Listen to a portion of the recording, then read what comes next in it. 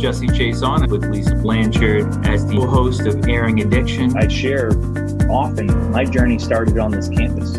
Got sober as a client here, just like you. I really do see phenomenal change.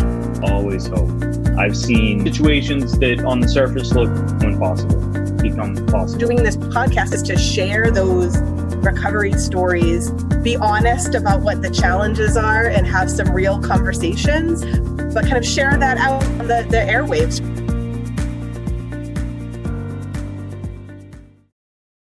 Hello, everybody. Happy November. Happy holiday season to everyone listening live. We're coming to you the week of Thanksgiving, the Tuesday before Thanksgiving, or on the pod, hopefully around your holidays, so that you get a little extra support in a time that could be challenging for all of us.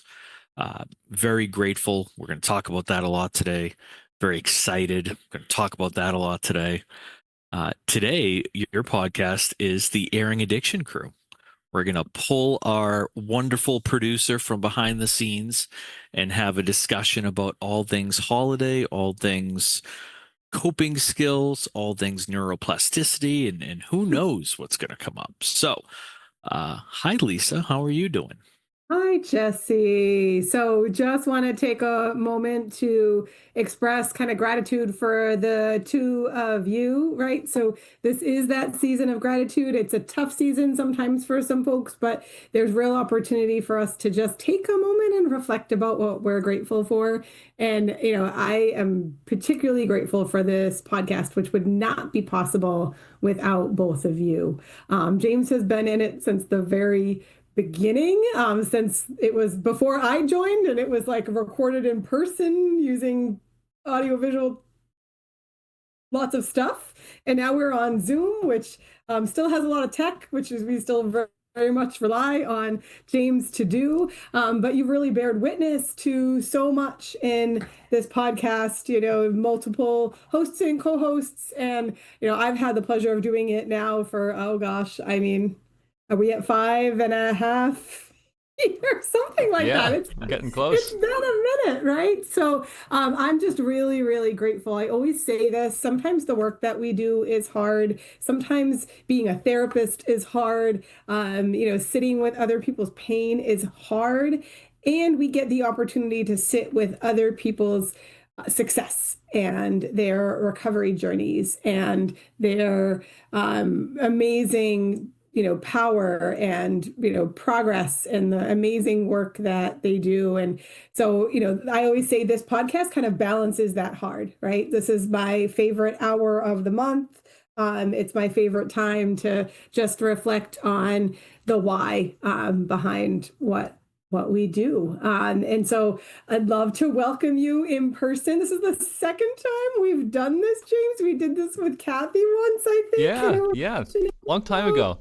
It is a pleasure to be on the podcast with you both. And, you know, behind the scenes, like bouncing off what you said, Lisa, it is hard. Recovery is hard. And there's so many stories and just, I am on the background, just, you know, trying to make everything run smoothly and everything. And I hear every one of the stories that come across our show, and they were so encouraging to me.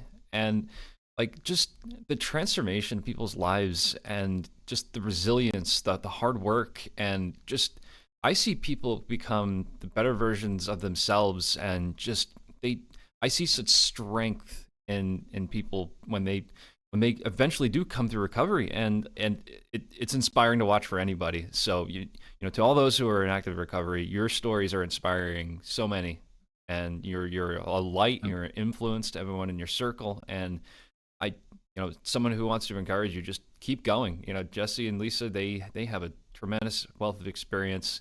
Lisa with the clinical studies, and, you know, Jesse with lived experience. You know, these two, they get it. And, you know, just to be able to have so many guests on our show, it's a privilege to be able to do this. And it is also one of my highlights of the month, being able to do this with Jesse and Lisa. So I hope that this show has encouraged so many people listening. And, you know, that's my desire, is just for this show to encourage anyone who listens to it. And just, I want this show to be a light to anyone who needs to hear encouragement, because that's the ultimate goal. We want this show to encourage so many who listen, and I'm incredibly thankful for Jesse and Lisa. They're tremendous, and they really care about those in recovery. So if you're listening, there's a lot of people who are behind you and support you, and who want to see you successful. So I really hope this show has had an impact on you, and we're going to continue doing it. We want to continue to have guests on our show and to continue to spread the word and let this be a resource for those who listen. I hope I hope you listen to this at the gym. I hope you listen to this on your commute while you're in the car, and that's what we want. We want this to be something that you can bring something from and get something out of, because there's so many tremendous resources and stories and just amazing, powerful testimonies on this show. And I can name at least like 4 or 5 different guests that I've listened to where I was like, wow, I want to be like that person.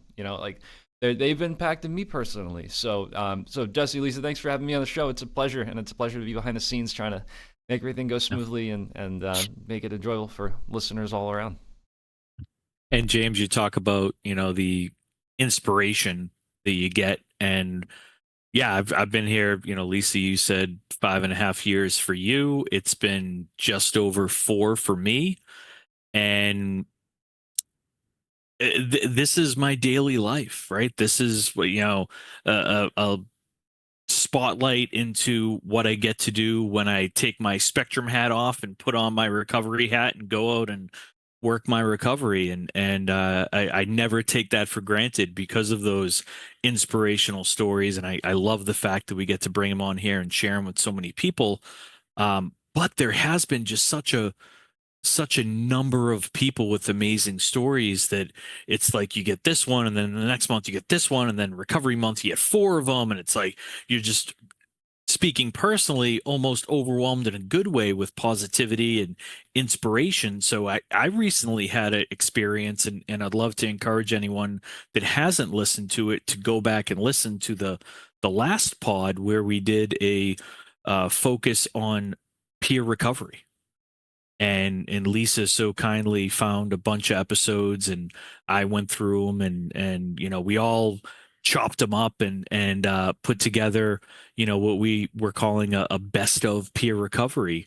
And it was just such a cool experience to go back through and listen to some, like the very first ones that I was a part of and over the years. And that's actually when I realized, because I just love doing this. I never bothered to figure out how long I had been co-hosting. And then it hit me. It was like 4 years, I think, that day that we did it. And what an amazing 4 years it's been. And again, anyone that's listening, that they're like, maybe in the back of their mind, like, they put out a best of last month. Now they have James on this month. Is the podcast ending? It is not ending. We have a bunch of amazing guests lined up for months to come and well into next year, but just felt that it was very appropriate this time of year to pause and talk about the holidays, talk about what that means to so many of our listeners, and really just express gratitude as the 3 of us here for the pod, and what I know it's made my quality of life better over the last 4 years, being able to do this. And that's my hope for anyone that's listened or watched over the last 5.5 years, that this has played a part in somebody's recovery, or supporting somebody in recovery, or maybe you just found it searching through the millions of podcasts out there, and you listen to it on your commute, on a walk, on whatever you have. And well, can we take a moment to celebrate you, Jesse? So James said, just a moment ago that like this has been kind of a bit of the formula of airing addiction, that I kind of bring kind of the clinical perspective. James brings all the fabulous tech perspective, and Jesse, we're so grateful to you for your lived experience perspective. But you mentioned that you wear a couple of hats, and one of those hats just got some letters added to it. So I just want to congratulate you on obtaining your licensed mental health counselor. Congratulations. Congratulations, Jesse. That is not a small feat. That is a lot of work. And you get to bring both to your work at Spectrum, the podcast, and your life, this kind of dual expertise, right? You get to bring your lived experience expertise into the clinical world and your clinical expertise into the lived experience world. So what is that like for you? It's been very interesting. And thank you so much. I'm like tearing up because it still doesn't feel real. I've been pursuing this as you both here know, and a lot of people who have listened know, for the past 13 years. I started school like a lot of us in recovery as an adult, and went to 3 schools and countless hours and countless internships and practicums and late nights and weekends and summers and all that stuff, and just to be recognized as having gone through that experience as somebody in recovery, as somebody who I didn't think I was good enough for school, for college. I had the opportunity to go to college right out of high school, and active addiction, that was something that I gave away. It wasn't taken away. I just gave it away. It wasn't an option for me. I didn't let it be an option for me. And to answer your question directly, Lisa, it is probably the joy of my life to be able to say that, I'm 16 years in recovery here and 8 years working at Spectrum, half my recovery where it started, and now a licensed mental health counselor and a licensed drug and alcohol counselor. And to be able to really meet somebody where they're at. If they need that encouragement, we talked about peer support in that podcast last episode. Or there's plenty, I don't lead with that. I don't have a stamp on my forehead that says in recovery. It does come up. Obviously, people listen to the podcast, and then I get to meet them in certain roles and experiences. But there's people who only know me as their clinician, and he's the one that I talk to about, whatever. And then there's people who know me as, oh yeah, that's my clinician that's on the podcast, and he got sober at Spectrum. So it really has been the joy of my professional life to be able to help so many the way that I have been helped, because that was my experience. My clinician, my very friend, I'd love to find her one day and see if we can bring her on here, because that would be a cool experience. That'd be awesome. Right. Jess, if you're out there, if you're listening, she was my clinician at Spectrum Residential Program in 2011, 2010, 2011, and she was not in recovery. And I, like a lot of people in that experience, initially had the thought of, what are you going to tell me about recovery? You haven't lived in my shoes. You have, and I credit her with giving me such a great paradigm shift of, I'm sure she didn't say it this harsh, but I know she didn't, because she was very kind. But the way I took it was her telling me that I could benefit from her not blowing up her life with alcohol and drugs, and how she did it. So it's just this paradigm shift of outlook. And I share that with patients now that, they know I'm in recovery, and they go down that rabbit hole and they say, oh, I'm so glad that we get to talk and you really know what it's like. Then I reverse it on them and say, well, I can learn from anybody. It doesn't have to be in recovery. If I have cancer and go to the doctor, I just trust that that person knows what he or she's talking about. And I don't ask the doctor, hey, do you have cancer? Did you get over this cancer? No, I just trust they went to school and have the proper education and background and experience. So really just to be open to learning, be a lifelong learner. I joked with my wife, shout out to my wife that has supported me so much through this journey, just in life in general, in recovery, and in school. And I joked with her, it was like 3 hours after I got my license. I'm like, I've been licensed for 3 hours. I just applied to a doctorate program. And she looked at me half like surprised, and I did not, but that's the goal, right? So it's going to happen. Awesome. But just being a lifelong learner and picking up. I can learn from anyone. I learn from the people I learn from you both. I learn from the people I have the pleasure and privilege of working with. I learn from the people in my personal life, learn from my kids. Yeah.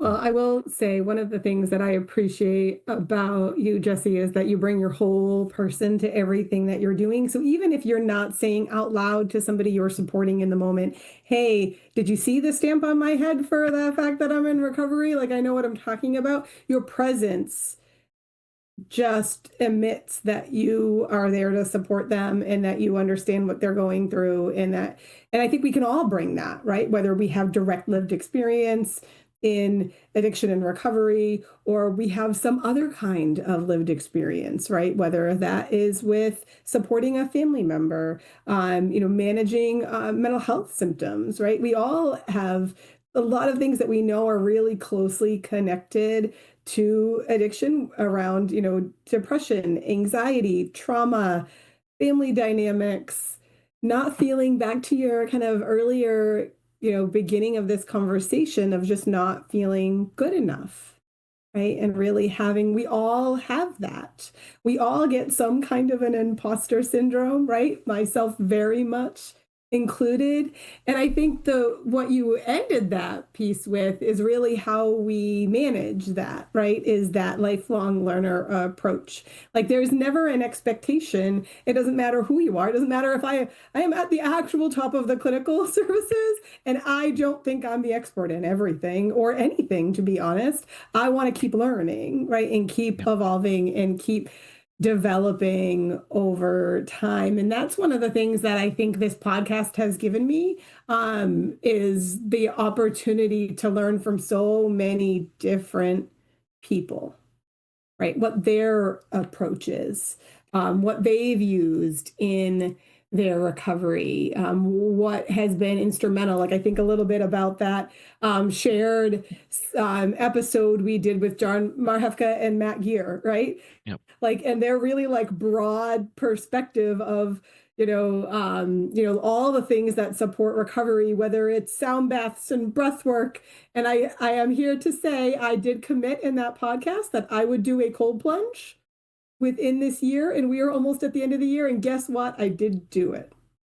There's still time. I didn't like it. I will not be repeating it, but I did it. I actually did it twice, one for like just a couple seconds, and one I really got in for a minute or so. So all those that are listening, when Lisa says she's going to do something, she really means it, even if it's uncomfortable or not her favorite thing to do.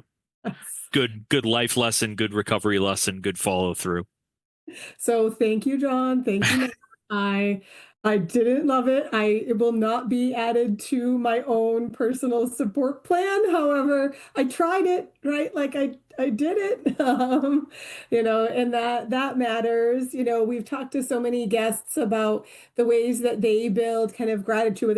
That peer recovery episode, I strongly suggest folks listen to it, because it's such great sound bites that like really just reinforce that work for how peers really can support individuals working towards or in recovery. But we've had great conversations about yoga and mindfulness practices and all kinds of things that people can try out, right? And Jesse, you do such a great job of describing like the multiple pathways approach and like all of the things that we can all do. And I'm really grateful for that really broad perspective, right? There's no one way in or one way out or one way through, right? And continuation. Yeah. No one size fits all cookie cutter approach to this. And I'm not going to remember which episode, but we talk a lot about multiple pathways. And Lisa, I remember you saying that it's really infinite pathways, because it could be a little bit of the sound bath, it could be a little bit of the cold plunge. I know for me, I have a very dear friend that was like, steam rooms helped me out greatly, and I'm like, that's weird. And good for you doing it in the same year that you committed. I waited years to have him talk me into sitting in a room with a radiator and pouring water on it and getting steam. I can do that at home. I have a radiator right in front of me, right? But it's been such a added benefit to my self-care, not just in recovery, but just in general. To sit there, and there's a meditative piece. There's certainly a medical piece of the physical benefits of it, and there's also this community piece where, it might be just two of us, it might be one of us, it might be seven of us, and that's one piece of it, but it's really spending intentional time with others that want just the best for you, right? I talk about often, and as I'm just thinking out loud, he would be a good guest for the pod too, because he's gone on to do great things in the recovery world. But when I first darkened the doorstep at Spectrum RP, I was given a mentor, as the program structure was to pair you up with someone who had been there for a while. And that first night there, my mentor helped me out. And I remember thinking, like, what does he want from me? What does he, what's the catch? And I learned that he didn't want anything. He was just doing what someone did for him and passing it on. So, anyone that's listening that, is maybe in a similar place where it's like, it's too good to be true. All these people come on here and have these amazing testimonies. And what's the catch? Where do I sign up? What are you going to charge me? It's none of that. It's just freely given help from people who really just want to see you be the best version of yourself. And I do think the trying things, right? Like in seeing if it fits, like in that, we had a little bit of an intro conversation before we started this. And James, I'd love you to share, when we talk about kind of gratitude, what you recently read, and we can expand on that. Like, what does gratitude do to our brains? Oh yeah. I've read that when you adopt an attitude of thankfulness, like just you can go throughout your day and you can reframe what you're going through, and you can say, you know what, there's some really amazing positives here. And you know what, I'm thankful that I'm feeling good today, or I'm thankful that, I have food in my fridge, or I have heat on in the house. Like, you adopt an attitude where you look at the positive and anything around you. It rewires your brain, and it makes you more resilient and stronger the more you do that. And I read that the other day, and I was like, wow, that's such a simple habit that anybody can do. Just a simple reframing. And, it makes a lifelong impact on how you approach difficulty and hardship, because, it's life can be really difficult sometimes.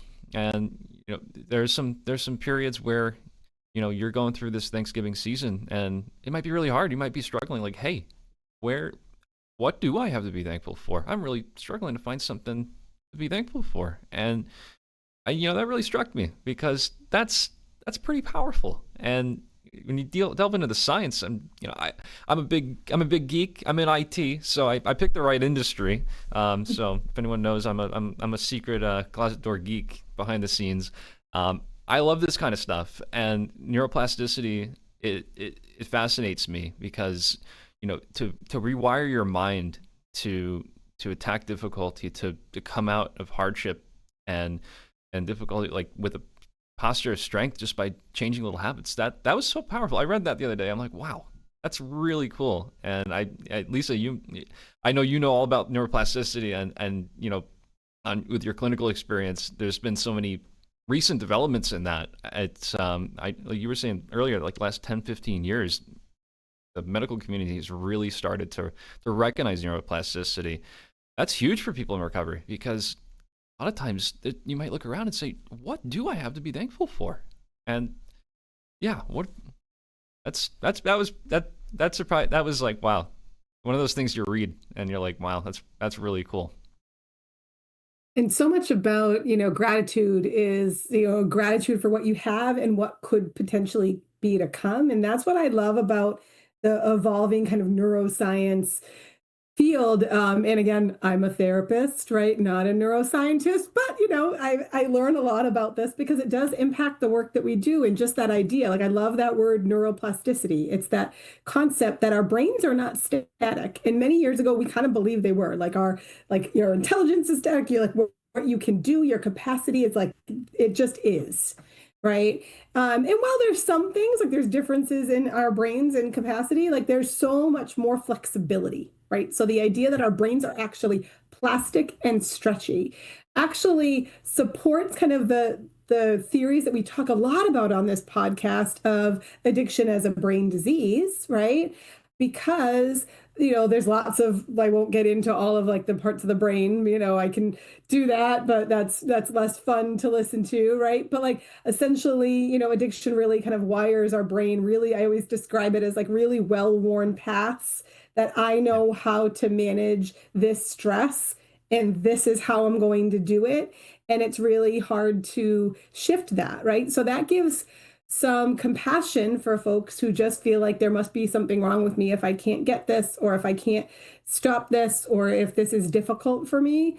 But it also opens up the opportunity that you can create new pathways, right? So when you think about, like, if you take a walk in the woods on a regular basis, right, and down the same path, and it gets really well worn, right, you can actually go forge a new path, right? Try something different.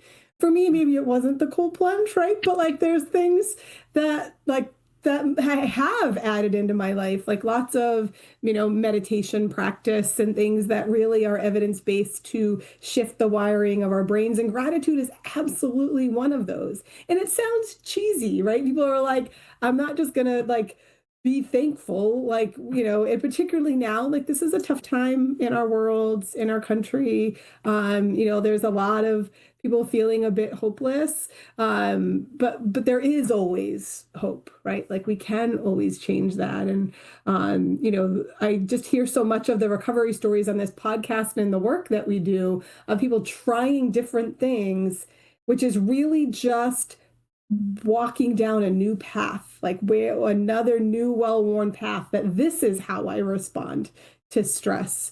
And the world will not stop giving us difficulty, right? Like that's not going to change. But how we respond to it and our relationship to it can. Exactly. The world doesn't change. My view of the world changes, and my view of my place or space in the world changes. And I have my colleague Josh's voice in my head, because he always talks about, what's the practical takeaway? Give me a tool, give me a tip, give me some type of why for what we're talking about. And if you're listening right now and you're like, yeah, that's all well and good, but like gratitude's a little too out there, what's the point of it? The point is that it's a tool, it's something that we can control, that at any point of the day can change our mindset. I'll keep it on me, can change my mindset, can change my outlook. I've had whole days, plans where it just wasn't going the way I wanted, or there was a stress, or there was something that was just to go through. And I've sat down and literally just taken a notebook and a pen and wrote out as many things as I could think of at the time to be grateful for. And by the end of that exercise, I felt different. My outlook on that day was different. All of a sudden, those things that I was avoiding or just dreading to do seemed a little bit easier. It can also be, for me personally, accountability. I have a gratitude list, buddy, that I text. It's coming up on 2 years. Every day, we text each other 3 things we're grateful for. And you know what? There's been some days that I've forgotten those almost 2 years, no doubt. But the 99.9% of the days when I get my friend's gratitude list, it makes my day a little better. That's awesome. When I focus like I did this morning, while I was engaging in some other self-care activities, getting my day ready, and I fired off 3 things I was grateful for that moment and the moments after, it improved my quality of life. So there's your takeaway, listener. if you want to improve your quality of life. I love everything about having a gratitude text buddy. Yeah, that's so cool. Like, it's like using technology for good, right? So James, you probably appreciate that perspective, right? Like, you can't always be with your friend to talk this through each day, but you know what you do have in front of you all the time, right? Is this phone, right? We can use that for good. And like texting 3 things, like that's one evidence-based. And it also leads us to one of the other things that comes up all the time on this podcast is it strengthens the quality of your connection to your gratitude text buddy, right? So it strengthens our relationships. So it's not just this singular, like I'm grateful, like I'm just taking care of myself, which we all need to do that too, but you're doing that with someone at the same time. That is a tip. Like I think one of my kind of New Year's, like, you know, I don't like resolutions, I like opportunities, but might be to find myself a gratitude text there you buddy. go. Yeah, it's a goal that's a lot warmer than a cold plunge. That's amazing. Yeah. Really cool. I think gratitude, like when you adopt a mindset of gratitude inwardly, it changes who you are. And when you are grateful and you tell people how grateful you are for things in your life and for them, it changes them, it changes others. And I think there's a quote that I think of when it comes, like, there's a well-placed word is able to give life to the bones. And you know, it's the power of positivity. It's huge. And, you know, like, I know the power of positivity is huge on teams too. You know, our IT department, you know, we manage around 1,200 employees at Spectrum, and you know, we're really busy. So we work really hard behind the scenes to make sure the operations are running smoothly, that everyone has the tools they need. You know, everything is electronic today, including your medical records and, you know, everything. There's a tremendous fury of activity that goes on behind the scenes to make healthcare run smoothly. And, you know, it really takes a lot of positivity and encouragement to maintain the posture of service and gratitude and just, you know, to remain strong, to get through things. And that's why I think the power of words, you know, directed towards yourself and to others, like if you're able to have a positive mindset towards yourself, you're going to change how you act. And if you have a positive mindset towards others, and I firmly believe if you think of someone or you are grateful for someone and what they do, the minute you think of that, just tell them. Say, hey, you know what? I'm thankful for what you do. I'm thankful for everything that you're doing, and you know, it's really making an impact. Like if you're able to say that to someone, that'll change their life. That'll change their day, and just it'll make their whole day just full of sunshine. And you know, there's something really cool that somebody, I don't know who they are. They're secret in our corporate headquarters, but there's a team called the Sunshine Committee that puts encouragement and notes on people's desks in our corporate office. And you know what? I read that and like that made my day. And that's so important to do. And you know, through this podcast, the mission and, you know, sort of, you know, what gives me fuel to continue doing this with Jesse and Lisa and fills me up to the brim is just being able to put a voice to the gratitude that we have. Put a voice to, like, hey, you're in recovery and you have an amazing story to share. Like, that's being able to share that's going to change lives. And it's the power of gratitude is huge. And, you know, that's something, you know, I try to make sure everyone on my team knows that they are valued, that what they do, what they bring to the table is recognized. And, you know, for listeners who, you know, maybe you're struggling this holiday season thinking of what they can be thankful for, there are so many people around you that are thankful for who you are just because of who you are. And we've had a lot of episodes on peer recovery and just, I mean, Jesse and Lisa will tell you, community is crucial for success in recovery. And it's something that Spectrum understands. We try to surround everyone with community. And no matter where you are and who you are, you always have a sphere of influence in people around you. And, if I were to tell you anything, I would say, find that one person who you're thankful for and just tell them thank you. Thank you for being who you are.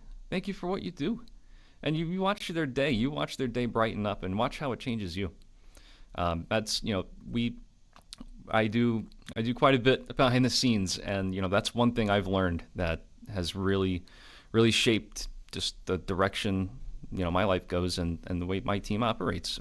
Really try to instill that in our culture, and this is sort of our love letter message to everyone listening. We're thankful for you, and there's so many people that need to hear that we're thankful for who you are. Be a part of the Sunshine Committee. I love that. I didn't know that. It's pretty cool. That was a thing.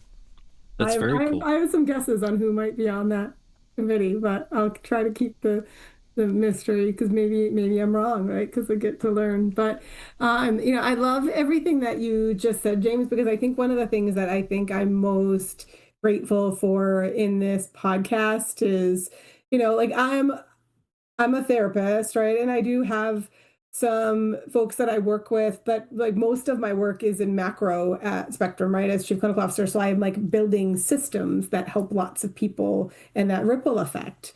But the podcast really gives me that unique opportunity to deep dive into someone's direct experience and their story and that whole person, right? And I think we just get this wonderful window into how amazing every single person that's been on here is, whether it's an expert or somebody with lived experience, but particularly those with lived experience, and all of the unique things that they bring to their world. And it's not just about their addiction story. It's not even just about their recovery story, right? It's about their person story. It's about their story. Yeah. And we are all so many things at once. And I know that for those that may be listening or supporting someone who is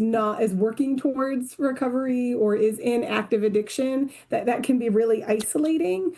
And the stories that we tell ourselves is that nobody really wants me around as a person anyway, or nobody understands, or this will never change.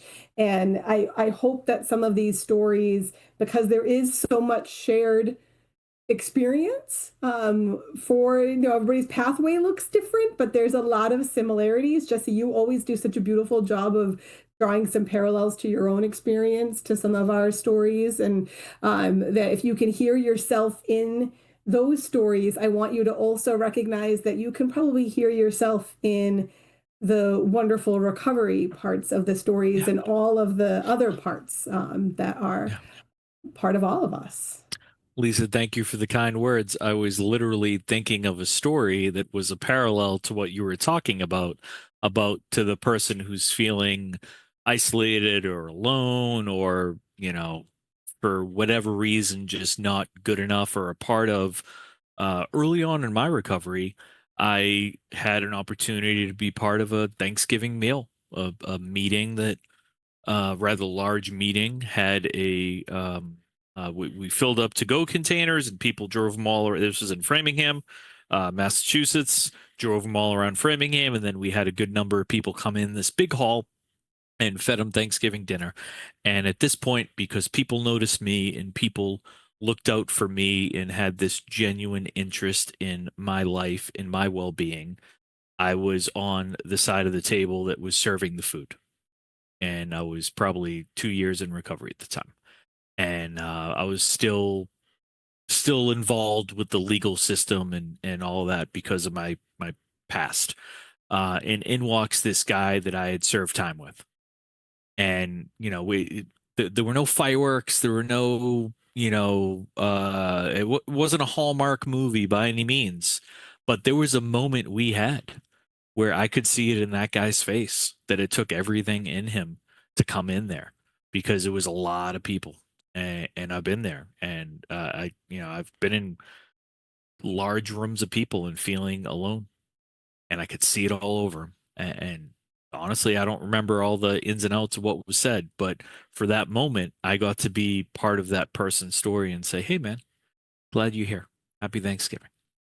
Um, and if you're out there and you're feeling like that, once you walk through that door, who knows who you're going to see or what that experience is. Just do your best to get there, whatever that there is for you this holiday season. And to let others actually see you. Yeah. Yeah. Because we can't recover alone. We need a community. So I wonder if that's a good shift a bit to, the fact that it is Thanksgiving week, and we've spent a lot of time on all of like the beauty of gratitude, but it is not always easy to go through these seasons, both Thanksgiving, Christmas, New Year's, all of that. We all have some experience of loss. We all might experience our holidays a little differently, either because of somebody that we've lost or somebody who's not at the table or somebody trying to find their table or show up differently to their table this year. And, Jesse, what are some of the things that you share for folks in recovery entering this holiday season? Uh, Number one, I would put out there for my own personal recovery and for a lot of people I know is find a community meal, find a marathon meeting. In this part of the world, we call them alkathons or narcathons, but there's a half a dozen in just this area in Massachusetts where you could Google meetings near me and it'll pop up with all day. I know in Worcester there's one Thanksgiving Eve from like 8 a.m. to 8 p.m. and then Thanksgiving Day from like 10 a.m. to 8 p.m. There's one in Leominster and there's one in Framingham, there's one in Boston. They're all over the place. And again, this is just a place to go. It's a safe place. You're going to hear people's stories in recovery. You're also going to get a meal. You're also going to be able to see people. And if that's too overwhelming for you, if that's like, whoa, I'm definitely not doing that, reach out to one person. Reach out to, the other end of the spectrum. Just make it a goal to reach out to somebody so you're not alone this holiday season. Like Lisa said, it can be a very trying time for all of us. And certainly I know for me personally and my family, we experienced the loss very recently, and Thanksgiving's going to look different. The holidays are going to look different for us this year. And that's okay. That's life on life's terms, right? Not getting so caught up. I'm thinking of Lisa, the shout out to our Fast Magnolia family support group on Wednesday nights. If you're like listening and you're like, what is that? It's a free online community that meets at 6 o'clock to 7:30 on Wednesdays on Zoom. And if you're interested, you can just email magnolia@spectrumhealthsystems.org. And we talk often in that group. And I actually pulled it up here. Tips for families, simplicity, communication, setting the tone, offering space. I know for myself this year, I'm the one who is hosting Thanksgiving. I'm the one who has the responsibility and the pleasure of putting that all together. And on one hand, I want it to be the best Thanksgiving anyone's ever experienced. And on the other, I'm realistic. And I realize that there's only so many hours in the day. And my skill set does not lend itself toward cooking or hosting or anything like that. So it's going to be a time to bring community together. But it's okay if the napkins are wrinkled. It's okay if there's a stain on the tablecloth. It doesn't have to be perfect. And I think that's a big takeaway, whether you're in recovery, whether you're a person supporting someone in recovery, whether you just stumbled on this podcast by chance and you liked what we were talking about. Perfectionism is a nice goal, but we're never going to obtain it. That's well said, Jesse. I think a lot of people appreciate that. And I think it's really cool how there's a big trend for like Friendsgiving. Like if your family isn't around or you're not close to them, and like get a bunch of friends together, go to the grocery store and buy a turkey that's pre-cooked or something to get food on the table, and just be around people. That's huge. And sometimes I really like what you said earlier, Jesse, about people who really think they're alone, or they don't feel like anyone's listening. Like, just take that step. If you want to be that friend and host, just have a couple people over or visit one of our peer recovery centers. We have a lot of people who really want to be around others in recovery, and those spaces they're really cool. They're it's always a good time down there. There's pool tables, there's plenty of amenities to hang out and just be around those who want to be around you, because they do, and that being around people is one of the greatest gifts that we can have, and especially this season, just having an attitude of thankfulness around others. It's a wonderful thing. Sometimes it takes that first step, and sometimes I know I get a little perfectionist sometimes, where I'm like, oh my gosh, I got to make all this food, or make everything perfect, and it doesn't have to be. Just get food on the table, or just get around the TV and watch a Charlie Brown's Thanksgiving with Charlie Brown kicking the football. Just come together, have a good time. You don't even have to cook the food. You can order out. You don't even need turkey or ham. You can get Chinese food or pizza. Oh, that sounds good. Right. All food is good food, and it's really about that sense of community and finding your community. Thank you so much. I was like, you totally, took the words out of my mouth about the peer recovery support centers. They all have some kind of events happening this week of building community around Thanksgiving, maybe holiday events.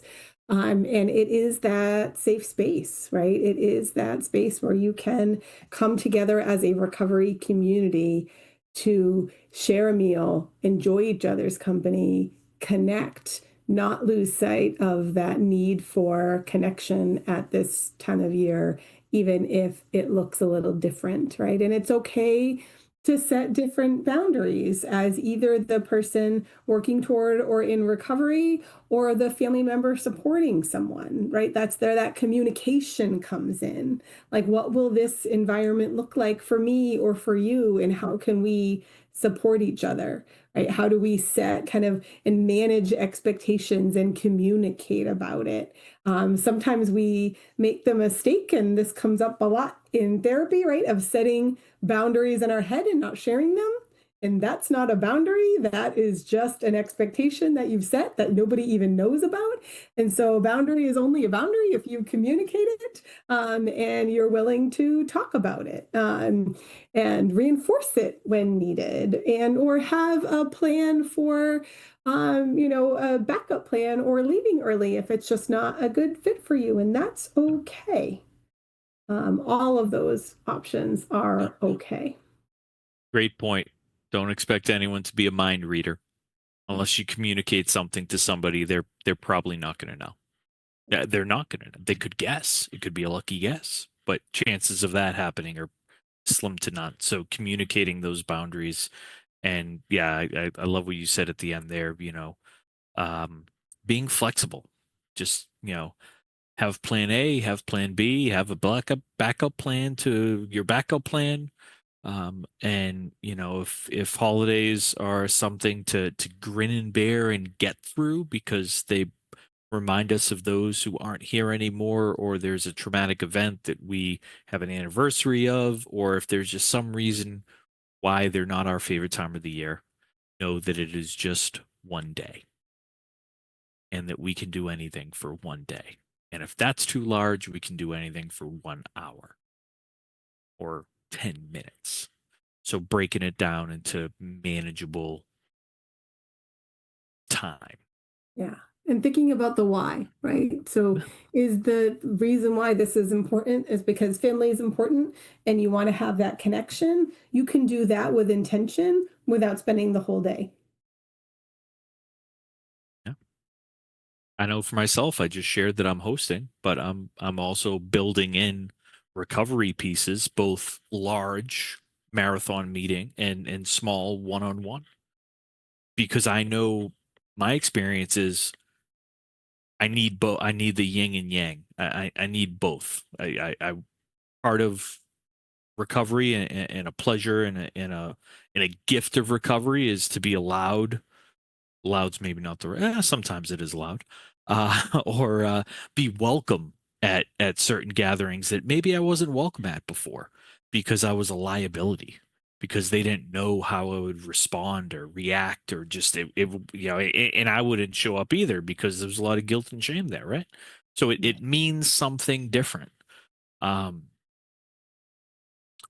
Parallel, it doesn't have to be in an extreme situation as this, but I remember Thanksgiving 2009.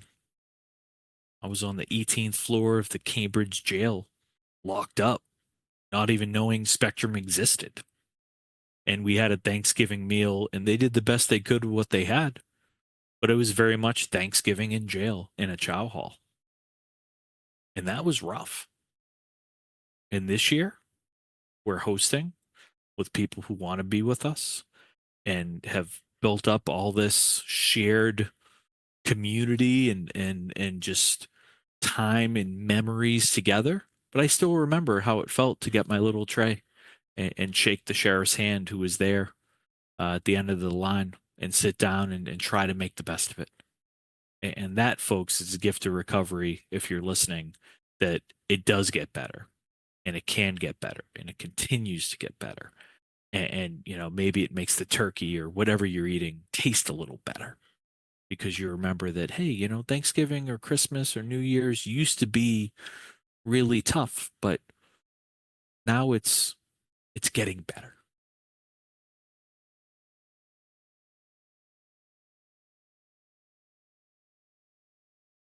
Hey, I think that's probably our episode today. So, so much gratitude for our listeners. Really looking forward to our future episodes. We've got some potential really fantastic conversations to come. If anybody wants to be on the podcast, please feel free to reach out to us. If anybody needs that email address again for the family support meeting, right? It will be running tomorrow night. If you're listening to this live the night before Thanksgiving, 6 to 7:30. You can email magnolia@spectrumhealthsystems.org and come together with others to have some of these conversations like we've been having on the podcast today. Well, thank you, Lisa. Thank you, James. And James, it's okay. I'm a geek too. I identify as a clinical geek because I love just the human potential of where we can go. You talk about neuro. I could talk all day about that, but just know that you're not alone with that. And I'm so grateful for both of you and just what this podcast has meant to me over the years. Grateful to our listeners, and come on back next month. We will have a exciting conversation for sure. And I'm thankful for both of you. This podcast would not be the same without you both. And just there's so many amazing stories that come on this podcast. And I hope this was encouraging to you. I hope you found some hope and some cool tidbits from this episode that'll make your week better. And we are thankful for our listeners. We are thankful for you. So if you've tuned in and you've heard the stories and you've heard this episode, we're thankful that you've listened. So have a wonderful Thanksgiving. Thank you all.